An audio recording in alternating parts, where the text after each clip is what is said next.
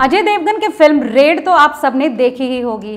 कैसे एक income tax officer किसी डर के बिना नेता के घर जमीन खोदकर काले धन का भंडाफोड़ करता है। आज हम आपकी रील नहीं बल्कि रियल लाइफ के एक ऐसे ही किरदार से मुलाकात कराएंगे।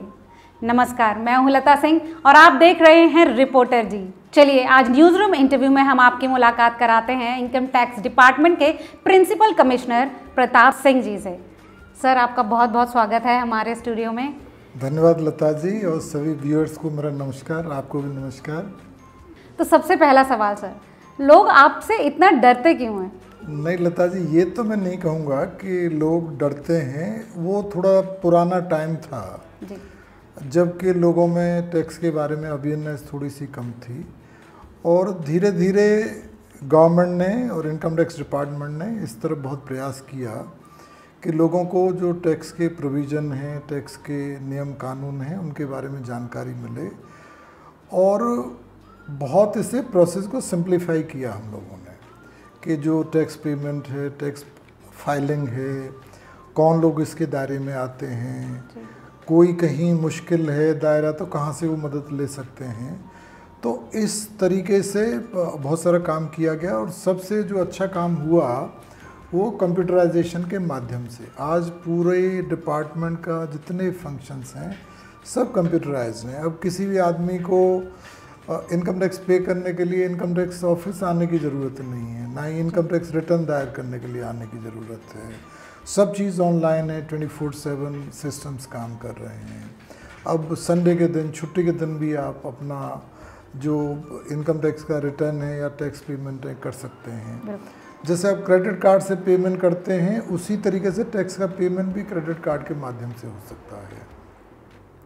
अब पूरी चीज़, आपका कोई ग्रीवांस है उससे भी ऑनलाइन आप डिपार्टमेंट के सामने रेज कर सकते हैं, और मेल, ईमेल के माध्यम से भी डिपार्टमेंट के साथ संपर्क कर सकते हैं।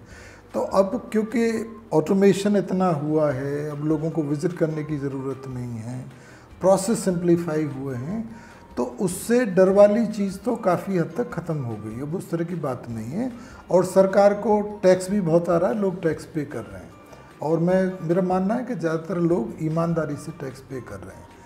एक बहुत छोटा सा सेक्शन ऐसा है जो अब भी पूरी तरीके से उसका पालन नहीं करे, तो उसे हम दो तरीके से डील कर रहे हैं। एक तो उन्हें समझाना, अगर अवेयरनेस की कमी है तो वो चीज़ टैक्स एजुकेशन करना, और जहाँ ज़रूरत है फिर इन्फोर्समेंट की कार्रवाई करना, जैसे रेड के माध्यम से हम करते हैं।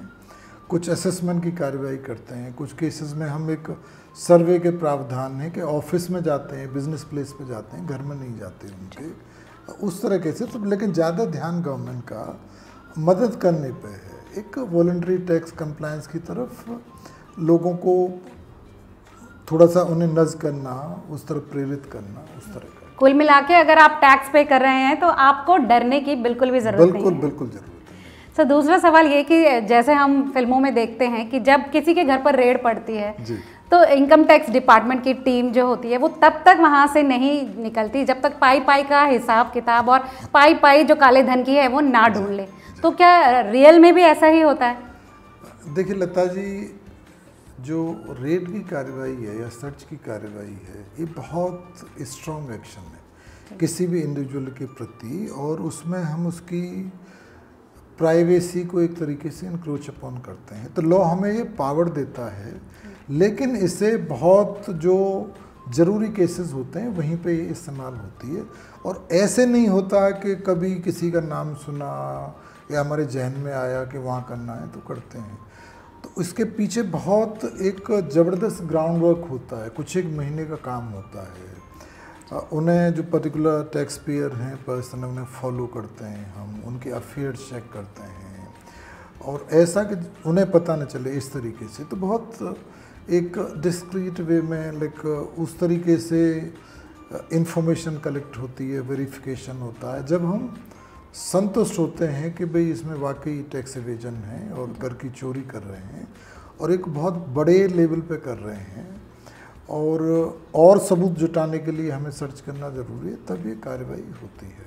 और उस टाइम ज़रूरी है क्योंकि ग्राउंड वर्क होता है, हमारे पास बहुत सारी इन्फॉर्मेशन रहती है, हम कोशिश करते हैं कि उसके रिलेवेंट जो भी एविडेंस है वो हमारे पास आए।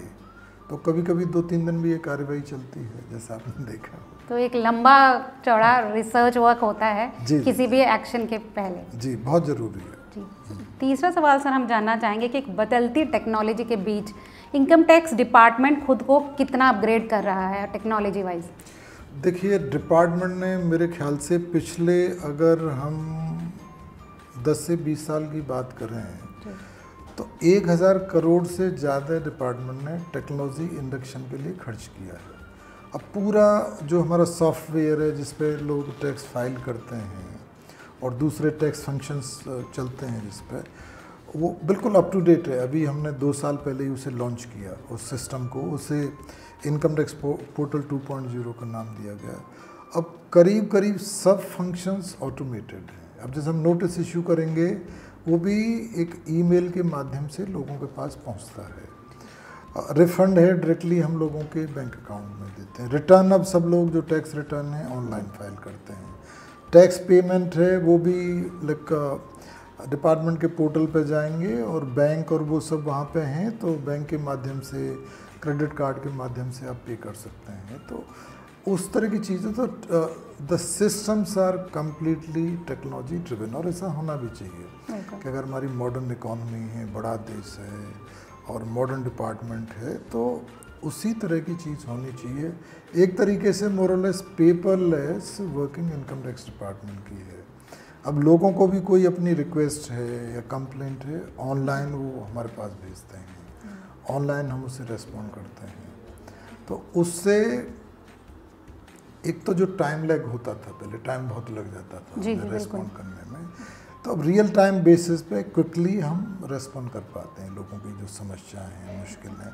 दूसरा क्या है कि देश में लगभग 7 करोड़ 20 लाख टैक्स पेयर्स हैं, तो फिज़िकली उस सब इंफॉर्मेशन को कोलेक्ट करना, प्रोसेस करना पॉसिबल नहीं होता। तो कंप्यूटर के माध्यम से हम ये चीज़ करते हैं, जिसमें जो लेटेस्ट टेक्निक है, डेटा एनालिटिक्स और मशीन लर्निंग, इस सब का इस्तेमाल होता है। उससे हम क्या कर पाते हैं कि कौन से ऐसे केसेस हैं जिनमें टैक्स इवेजन हो सकता है, तो कंप्यूटर वो लिस्ट जनरेट करता है।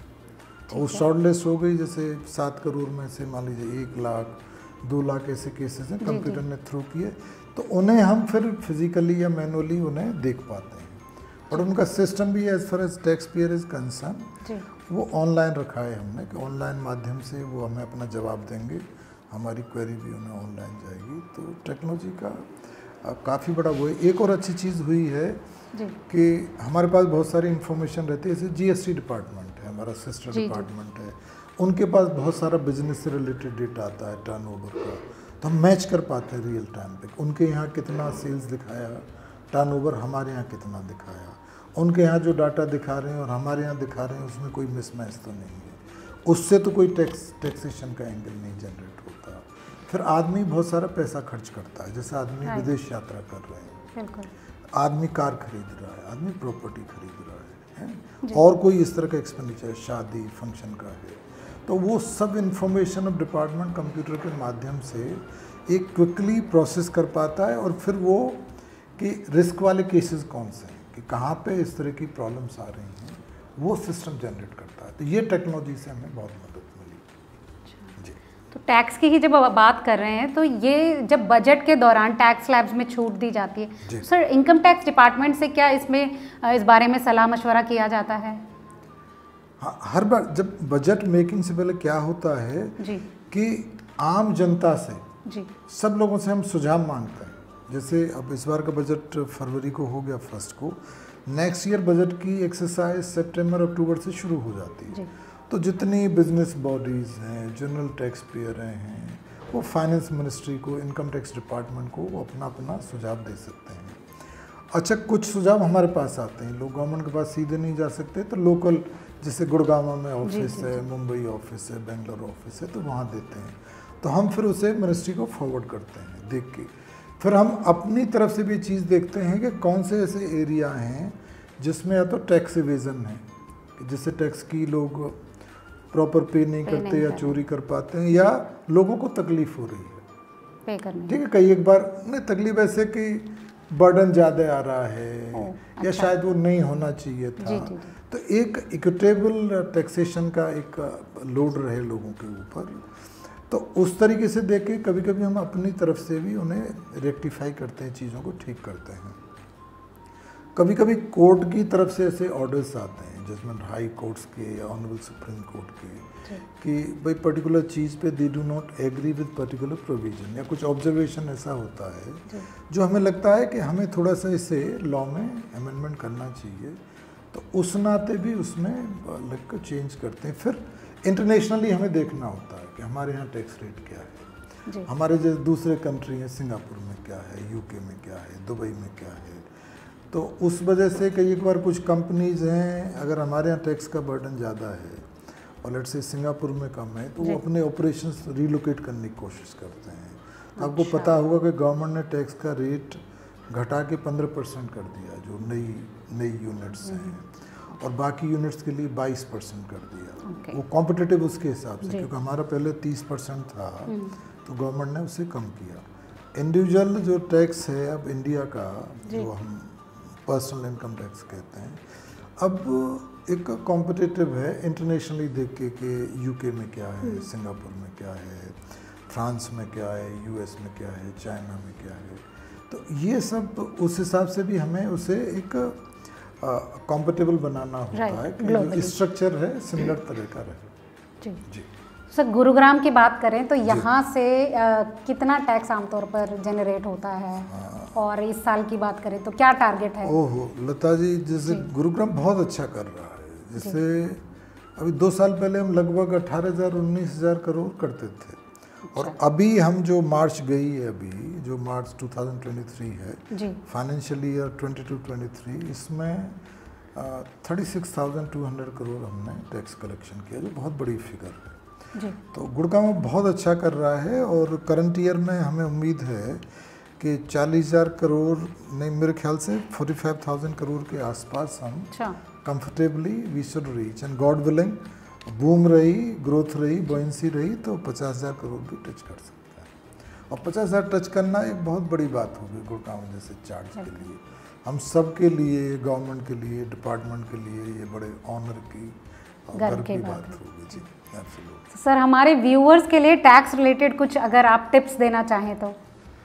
मेरा बस एक ही कहना है कि आप अपना टैक्स ईमानदारी से पे करें और समय पर पे करें।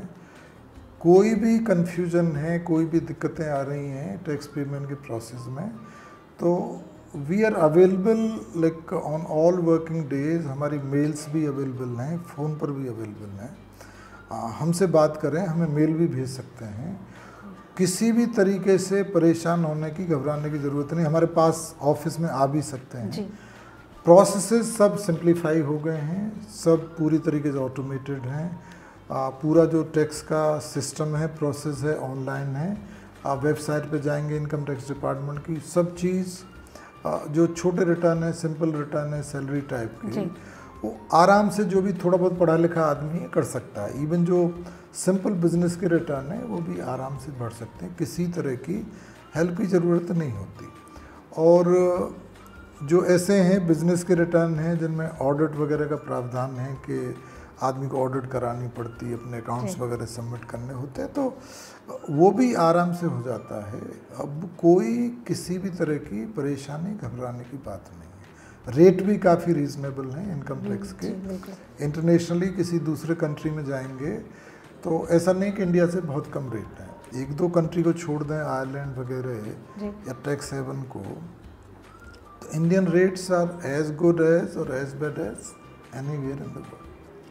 तो बिल्कुल फ्रीली, आराम से अपना पे करें, कोई परेशानी, वी आर अवेलेबल। हम बीच बीच में लोगों के पास जाते हैं, कम्युनिटी में जाते हैं, अपने आउटरीच प्रोग्राम ऑर्गेनाइज करते हैं, वहाँ भी स्वागत है। और कोई परेशानी तो जैसा मैं कह रहा हूँ, फ़ोन से भी संपर्क कर सकते हैं।